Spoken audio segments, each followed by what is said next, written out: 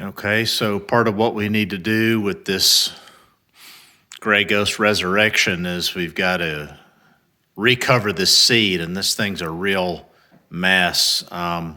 It's been sitting out, there's big deep gouges here and the cracks in the fabric here. I can just tell by feeling it. You can almost punch your way through it.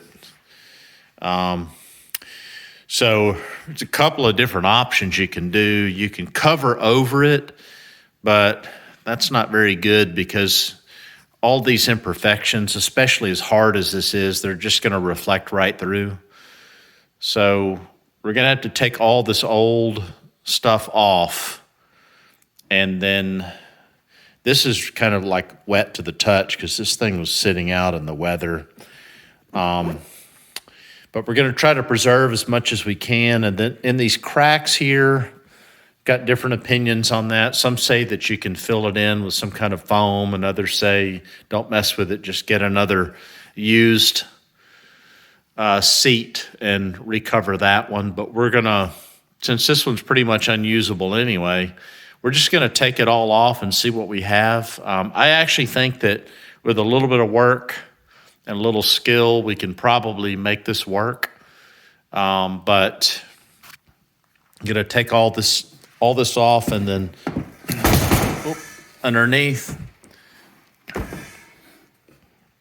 got to take all of those millions of staples out.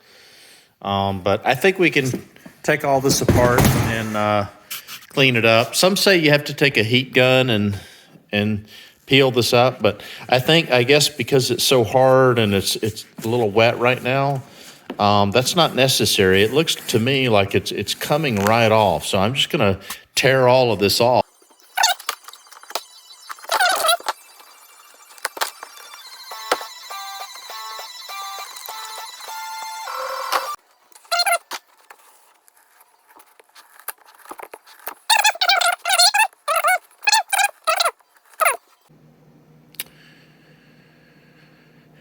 There we go, with all the old vinyl off. It's sort of unsightly, isn't it? But that's what it looks like. You can't just go buy a new seat for these things. They don't make them anymore. They're special contoured, so you either have to fix them like this and repair them, or try to find another used one that's in better shape. So I'm going to try to repair this one. These gouges and things that were already in here, I'm going to fill those with something. And then what I think you can do is you can cover them with a real thin layer of foam that'll hide a lot of these imperfections. Now we got all the vinyl off. And the easiest way to do that is once you get it down to this final edge here and make sure it's detached from the foam, you can just roll it off real carefully and it'll pull the staples out with it. Go all the way around, and now I've got to remove any staples that didn't come out, like that one. And I took out the fastener for the belt, and got most all the staples out. I'm still working on this last little piece right here. These are the parts you want to save. That's the little elbow cover. And then I just cut these off for now, but those clamps can squeeze back out, and I'll press them back onto the new material and then the screws that go with it. So the next thing to do after this is to just let this ugly thing dry out and then start filling in the foam cracks. All right, so now we are ready to start repairing this foam. I've let it completely dry, should be dry. It's been months now since I took the skin off the old cover. So I've already started working on some of these deep canyons here. You know, some people try to fill those in with silicone and stuff like that, but these are too deep. So what I'm doing is I'm just taking a ordinary bread knife. This is the best thing to use to cut foam. And I'm just cutting some straight sections out of this. So at the cost of removing more material, I have a little bit straighter lines to work with and refill with new foam. That I'm not exactly sure what I'm going to do. That's kind of on the border there of cutting it out and replacing it versus filling it with smaller pieces of foam. This whole section here, I'm going to cut all the way across. So that's going to be a pretty big piece. That I'll probably cut a little area out here and push some foam into that. And then the rest is more kind of like cosmetic chunks and things like that. I'm going to try to smooth those off. And then I'm going to shore up the outside with maybe silicone, a little bit of duct tape, and try to get it just as smooth as I can. And then as far as the replacement foam, I got this SuperGuard foam on Amazon, and you want to make sure when you're getting new foam like this that you get the firm stuff. This is a competitor here, and it almost feels as firm, but you know, you can't really see it on the camera here. You want to make sure you get the right kind of foam. You know, this is stiff. It's made for, you know, boats and watercraft and stuff like that. That's why it's called Sport Guard Firm. It's the firmer stuff. And then I also got this from the upholstery store, Joann's Fabrics, actually. It's a real thin, like 1/4 inch.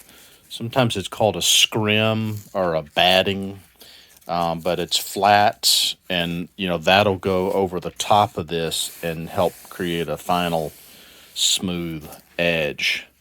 And then last thing I have here is some 3M adhesive. It's a spray adhesive because we're going to be spraying that on to make all this stuff stick together, and we're going to have to glue some of this foam together. So I'm not going to lie, this is going to be a tedious, slow-going process to get it all worked out, but my focus right now is getting the foam smooth and covered, and then I'll end up sanding it down a little bit to finish smoothing it out. Okay, making progress here, I think, you know, and a little bit of a mess, but that's normal. Kind of removing more foam than I anticipated, but I think it's a good thing. I blunt-ended these things off so that the new square piece can just bend around the shape and go in there on both ends of that. You can see that.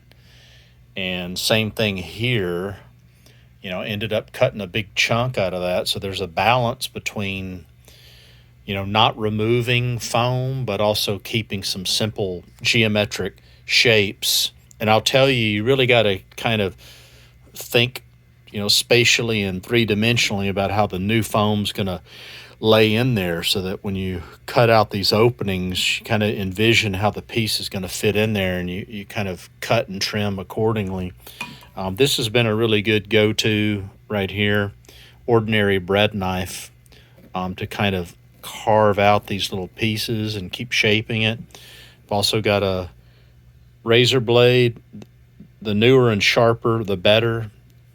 Anything that won't grab, even using a little bit of a steak knife that's got a sharp serrated edge on it. Stanley knife sometimes. I've even taken blades from a Stanley knife and put it in a channel locks here. I'm not sure why I did that, but it just seems to work and give me the right angle. Oh, I know. I needed to go a little deeper is why than I could get with this. So that's why I did that.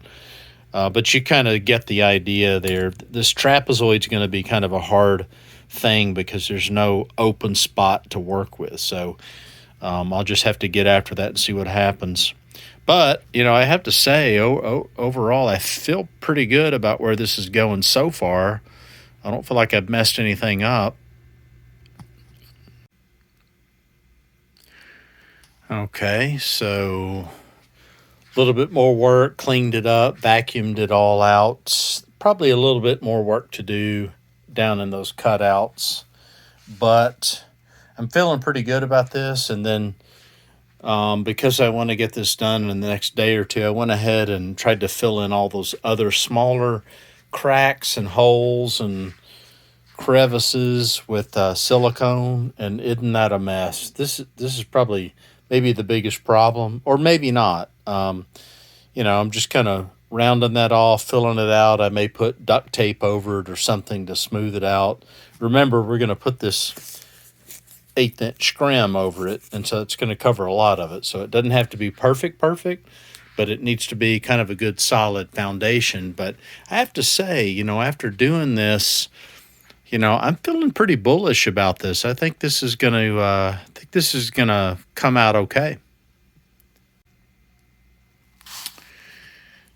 Now I've got some of this glued in, using this 3M adhesive here, spray adhesive. You got to spray it in and, kind of let it sit for a second. Well, it's got tacky, so I spray both the surfaces of the foam and inside where they're going to go. And I'll be honest with you, you got to wrestle these things into place. You can't just slide them in and mess around with it. You even have to pull it apart and re-stick it before it dries, and try to get the edges and everything sealed up against the insides real good, so that it's bonded not just on the bottom but on the inside seams here, so that you want it to be like one solid piece of foam. So I think I've done that there.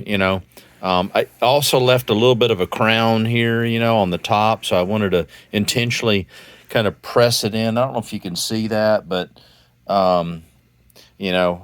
I want it to be a little firmer because it still feels just a little bit softer compared to this. And so I want to intentionally press it in there and not have it be loose.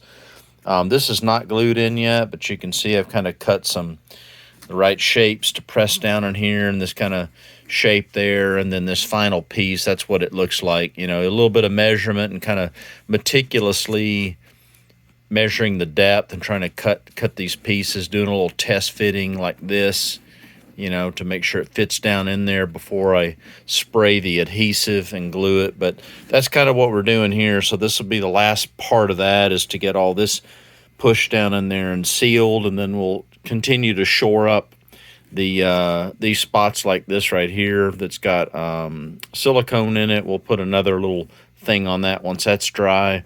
Then we're going to sand all this down and put our 1/8" batting or scrim on top of that once it's smooth. Got all the foam in, so that all came out pretty good. Feels pretty good.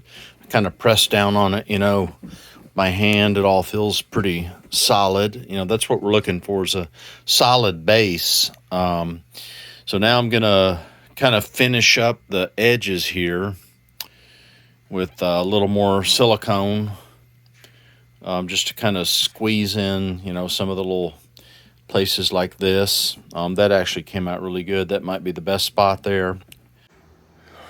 Okay, so we got all our patches in, let it all dry. Had to use quite a bit of silicone back here in the back. That's a little uglier than I thought. She might have a little junk in the trunk when we're done, but I'm hoping that batting is going to hide most or all of that. So basically took like, I think, what is this, 60 grit sandpaper, something like that, and just kind of take it slow and work it in smooth contours. So this is all actually pretty smooth. If I'm not looking at it, it feels nice and level through there.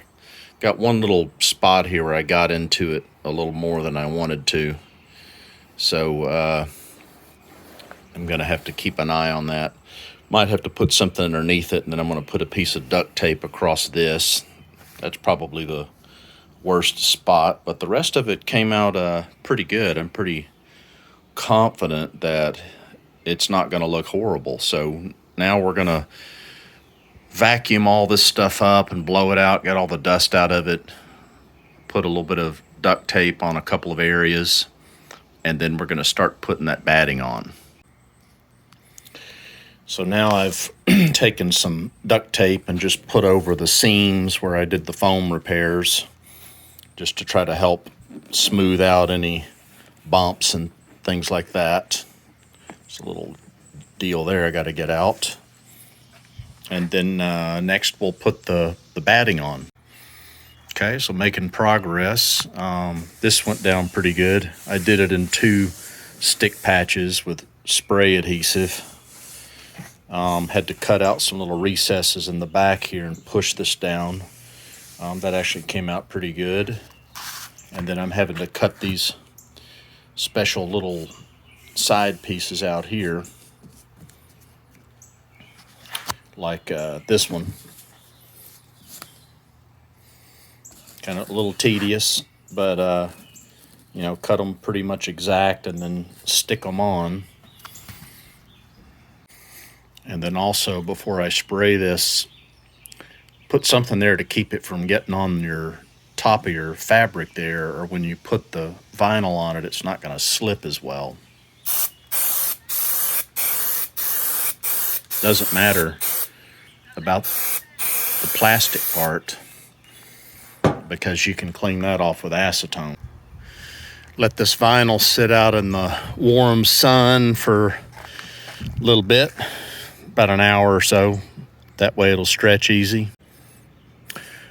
First pass here over getting most of it stretched out, and it's actually coming along really good.